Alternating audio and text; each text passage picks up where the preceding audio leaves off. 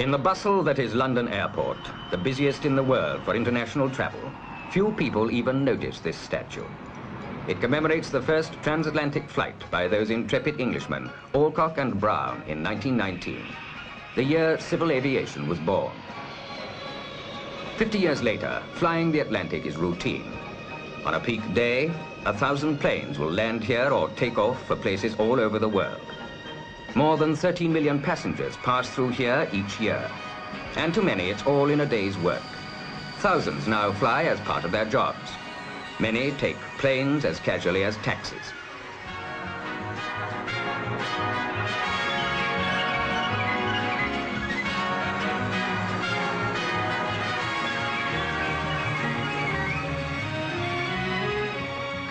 Fred Wells, a Chicago engineer, flies into London regularly. His firm's heavy equipment is used in building motorways.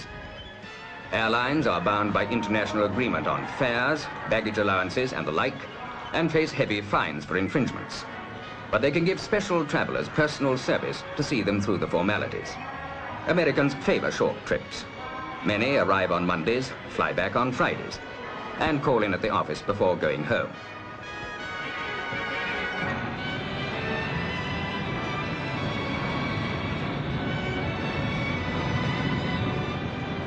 From all over Britain, too, come jet-age commuters, many just for the day. They don't need to worry about customs or immigration checks.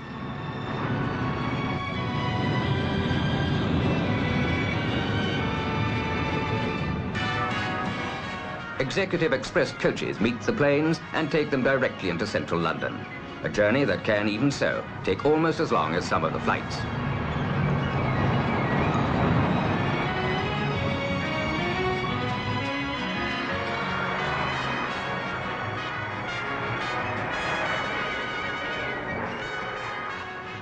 The traffic is far from one way. The jet has shrunk the world, increasing the contact between executives of many countries and enabling them to work much more closely together. When a British businessman sets off in the morning, he knows he can lunch in almost any European capital, get his job done, and still get home in time for dinner.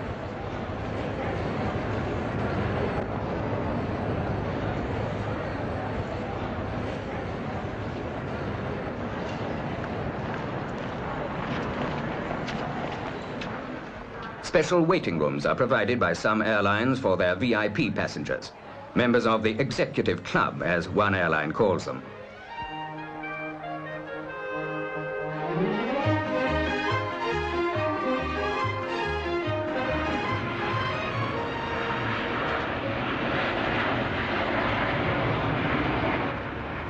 With the introduction of new, faster Paris services by Trident IIs, passengers found themselves on an inaugural flight.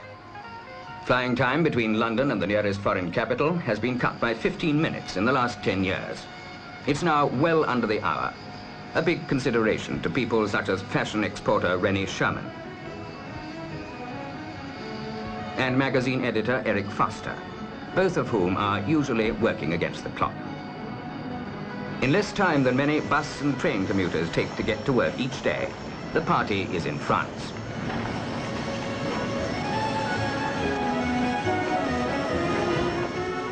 Next stop is off the Champs-Élysées. Cars and hotels can be booked at the same time as flights, so businessmen can cut out unnecessary delays and get on with the sort of talking that leads to selling.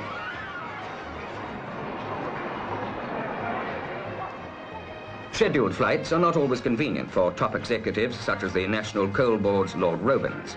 Company planes enable them to go where they want, when they want, without interrupting confidential work.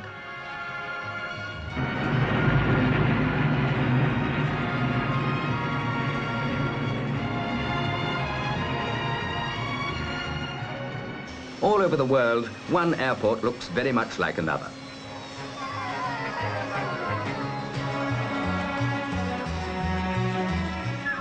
What interests the businessman as his plane touches down is how soon he can get away from them and make the most of his limited time. For with a rigid travel allowance, time really is money. Britain's #1 business travellers are members of the royal family. Here is Princess Alexandra. For royal visits often stimulate trade. The jet has also made swifter diplomatic exchanges possible. When a Queen's messenger sets off today with the diplomatic bags for British embassies abroad, he travels by jet. Once he would have galloped on horseback. Commander Bill Irving is one of 46 Queen's messengers, each of whom flies about 200,000 miles a year. With his diplomatic passport, which protects the bags from customs inspection anywhere, he is off on a 9-day journey round South America.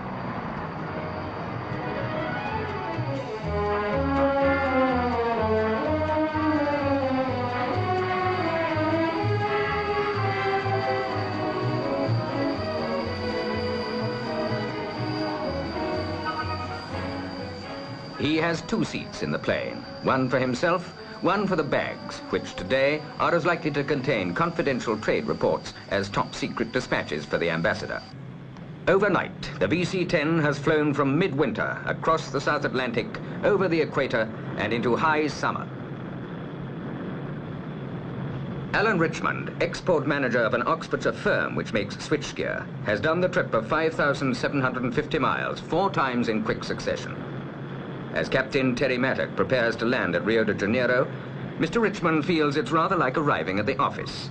Though about the only link between the big jet and a bus is that the plane weighs as much as 20 double-deckers.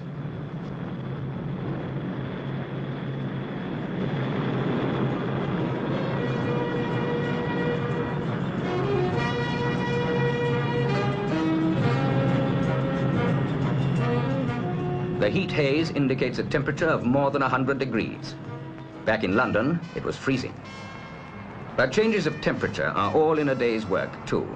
And Alan Richmond has landed $1 million switchgear contract for Brazil's biggest power project against tough international competition. He has some business calls to make in Rio before flying up country to the site with his works manager, Jim McCready, who will supervise the installation of the equipment.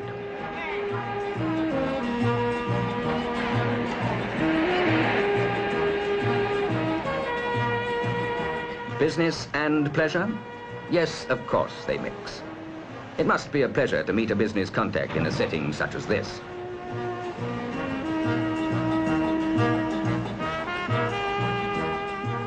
Back in London, the tide of commuters still surges. They're not only people going abroad in search of orders or to install new machinery or discuss joint business enterprises. They may be going to make a film. This unit of 73 are off to Switzerland for location shooting for Woman in Love with their producer, Larry Kramer. Last aboard are the stars, Alan Bates, Jenny Linden, and Oliver Reed. Jets bringing most of Europe within 3 hours have helped to make London a major film production centre.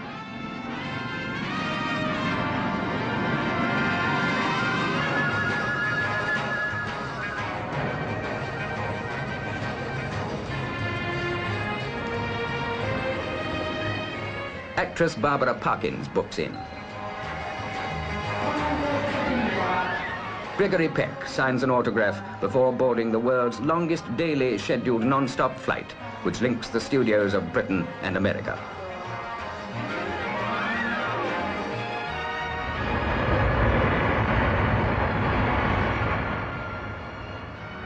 To many of the passengers, this 5,500 miles polar flight is commonplace, without a thought of the drama of 50 years ago. For today, such flights for more and more people are just part of a day's work.